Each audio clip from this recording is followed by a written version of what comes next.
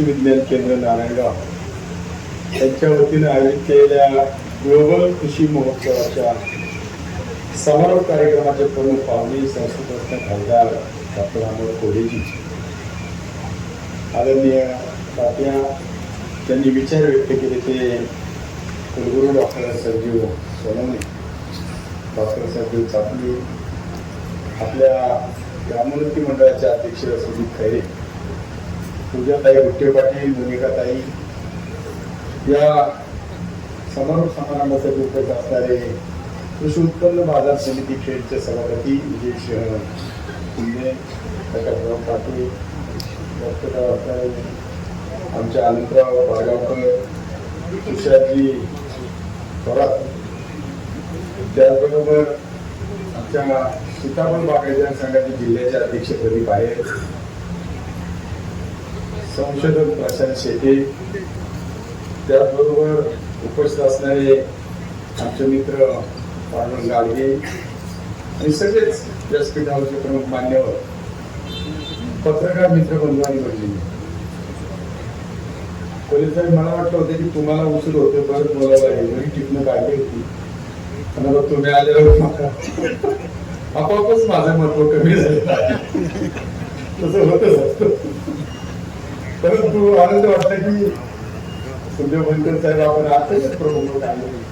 कोल्हे साहेब संसदेमध्ये भाषण करताना कांद्याची निर्यात, साखरेची निर्यात, त्याच्यासाठी आकारलेला दर कमी करणे आणि सगळ्या शेती प्रश्नाबद्दल आम्ही कायदा निर्माण करणे, शेतकऱ्यांच्यासाठी जे कायदे होत आहेत ते कायदे बदलणे, पोट तिडकीने मांडत असतात. पण दुर्दैवानं समोरच्या मंत्र्यांना आणि पंतप्रधानांना त्यांच्यापर्यंत पोहोचवता येत नाही, ही आमची अडचण आहे. मी नेहमी सांगतो, आमच्या सुप्रियाताई आणि दोघेही फार छान बोलतात आणि हे दोघं बोलायला लागले की पंतप्रधान आणि अमित शहा दोघेही बाहेर जातात. मला पत्रकारांनी एकदा विचारलं असं का होतं, सुप्रियाताई बोलतात हे बोलतात, मला सुप्रियाताई इंग्रजीमध्ये बोलतात, त्या विचारांना काही समजून घेत नाही, त्यांचा थोडं त्यांची कुचम लागते, त्यामुळे बाहेर जाऊन समजून घेतात काय बोलतात ते. छत्रपती शिवाजी महाराजांची जन्मभूमी आहे आणि जिजामातेंचा आज आपला जयंती दिवस आहे आणि त्यांचा दृष्टिकोन आणि छत्रपतीचा दृष्टिकोन शेतीबद्दल किती चांगला होता, ती काही वेगळं सांगण्याची गरज नाही. आजही कुठलाही लोकप्रतिनिधी आणि राज्यकर्ता हा शेतकऱ्यांच्या बद्दल वाईट बोलत नाही. त्याला हमीभाव मिळाला पाहिजे, त्याला पैसे मिळाले पाहिजे, त्याच्या उत्पन्नाच्या दुप्पट त्याला बाजार मिळाला पाहिजे, त्याला वीज मोफत मिळाली पाहिजे, त्याला भरपूर पाणी मिळालं पाहिजे, याच्यात काही दुमत नाही. पण प्रत्यक्षात मात्र शेतकऱ्यांची परिस्थिती बदलत नाही, हे चित्र आपण पाहतोय.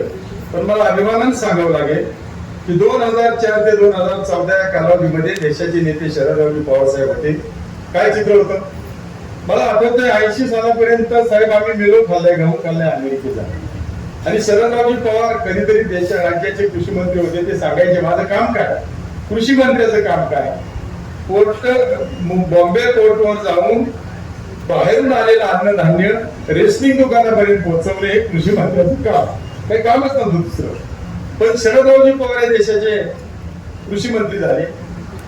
तो काय कसा होता की आपल्याला सगळ्या देशाचं 35 कोटी लोकसंख्येला स्वातंत्र्याच्या दरम्यान आपल्याला धान्य मिळत नव्हतं. 75-80 सालापर्यंत 140 कोटी लोकसंख्या झाली.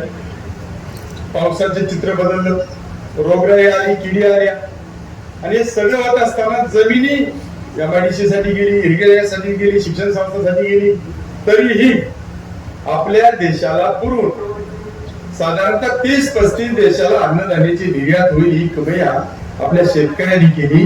पवार साहेबांच्या कृपेनं नव्या तंत्रज्ञानाचा वापर केला, शेतकऱ्यांना बळ मिळालं आणि आज आपण सुस्थितीत जगतो आहोत.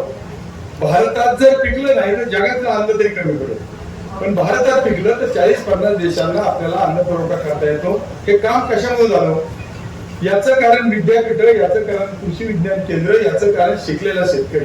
कोल्हे साहेब, मी सांगू इच्छितो, मी 2005 साली कृषी परिषदेचा उपाध्यक्ष झालो. त्यांना कल्पना आहे काय चित्र होतं, 2700 पदवीधर होत होते, फक्त 2700 पदवीधर कृषी, आणि त्यांचं काम काय, कृषीचा 7-12 येऊन पदवीधर व्हायचं, कारण त्याला मार्क असले की सिलेक्शन व्हायचं, 12 मार्क मिळायचे. पण पुन्हा 7-12 कडे आमचा कृषी प्रधान माणूस गेला नाही. त्याला मिळायची नोकरी. तुमच्याबरोबर IAS झाले तुम्ही. कृषीचा तुम्ही केलं का? कृषी केलं. 7-12 घेतल्यामुळे 12% मार्क मिळाले, प्रवेश मिळाला, सगळ्या गोष्टी आहे. पुन्हा शेतकऱ्याकडे गेलो नाही आपण, काय करणार आहोत? भविष्यामध्ये तरुणांना जिथं भविष्य असेल तिथंच येतात. प्रशासन सेवेत गेले, चांगलं प्रशासन चालवणं, त्याच्याबद्दल दुःख नाही. पण मोकळेपणानं पवार साहेबांच्या आशीर्वादाने आम्ही हे काम केलं. आणि माझ्या कारकिर्दीमध्ये 2013 सालापर्यंत मला सांगायला आनंद वाटतो, 65 कॉलेजचे 250 कॉलेजेस कृषीची आपण निर्माण केली. आज 15,000 शेतकरीचे मुलं हे पदवीधर होऊन बाहेर पडतात. एकही बेकार नाही. मला MPSC ची नोकरी मिळत, म्हणून तो शेती करतोय, तो पद्धतीशी प्रयोग करतोय, तो कृषी तंत्रज्ञानाचा वापर करतोय. त्याचा परिणाम हा शेतीचे चित्र आपल्याला पाहायला येते. कोणी शेतकरी? पूर्वीच्या काळात शेतकरी कोण होता? पांडवजी घरामध्ये 2-4 भाव असेल पूर्वीच्या काळात, 50-50 वर्षापूर्वी, तर एक चांगला असेल जरा बऱ्यापैकी तो शिकायला जायचा, प्राध्यापक व्हायचा, पुढे काहीतरी व्हायचा. एखाद्या गावात चांगलं काम करत असेल तो गावचा सरपंच व्हायचा. आणि तिसरा आहे, त्याला काहीच कळत नव्हतं, ते वडील सांगायचे तो आता शेतीत जा. ही आपली शेती. ज्याला काही समजत नाही, ज्याला लिहिता येत नाही, ज्याला वाचता येत नाही, त्यांनी 5-50 वर्षापूर्वी शेती केली. म्हणून पोटापुरती शेती आपण केली, पण आता नवीन तंत्रज्ञानाची शेती करण्याचा आपण प्रयत्न करत आहोत. आणि मला असं वाटतं त्या कामात कृषी विज्ञान केंद्र आपल्याला खूप मोठी मदत करते आहे. छत्रपती शिवाजी महाराजांनी, मला वाटतं पोलीस साहेब अधिक खात्रीने सांगतील, त्यांचा जो दृष्टिकोन होता, महात्मा ज्योतिराव फुलेंनी सुद्धा विचार मांडला की मला नवीन सुधारित बियाणे आपल्याकडे आणलं पाहिजे. आणि देशाचे राज्याचे मुख्यमंत्री वसंतराव नाईक यांनी सांगितलं, जर अन्नधान्याचा तुटवडा निर्माण झाला तर मला शनिवार वाड्यावर फाशी द्या. या पद्धतीचे राज्यकर्ते होते. आणि त्यापासून पवार साहेबांच्या पर्यंत आपल्यापर्यंत शेतकऱ्यांच्या बद्दल सगळ्यांचा दृष्टिकोन चांगला आहे.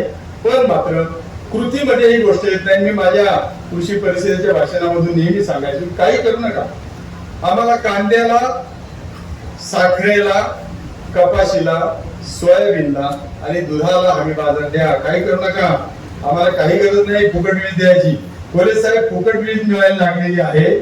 7 पर्यावर आमच्या बिलावर फुकट वीज बिल आली, पण वीजच मिळत नाही. आम्ही शेतकरी आता म्हणायला लागलो की आमचे पैसे घ्या पण वीज द्या. हे चित्र आहे. कांद्याच्या लागणी चालल्यात आपण चित्र पाहतोय, गुलबर्ग साहेब आपण चित्र पाहतोय. आणि म्हणून परमेश्वर कृपेनं, जिजामातेच्या आशीर्वादानं राज्यकर्त्यांना शेतकऱ्याच्या कल्याणाचा नवा विचार मांडण्याची सुदबुद्धी मिळावी अशी भावना मी व्यक्त करून आपल्या या समारोप समारंभाला शुभेच्छा देऊन माझे 2 शब्द संपवतो. जय हिंद, जय महाराष्ट्र.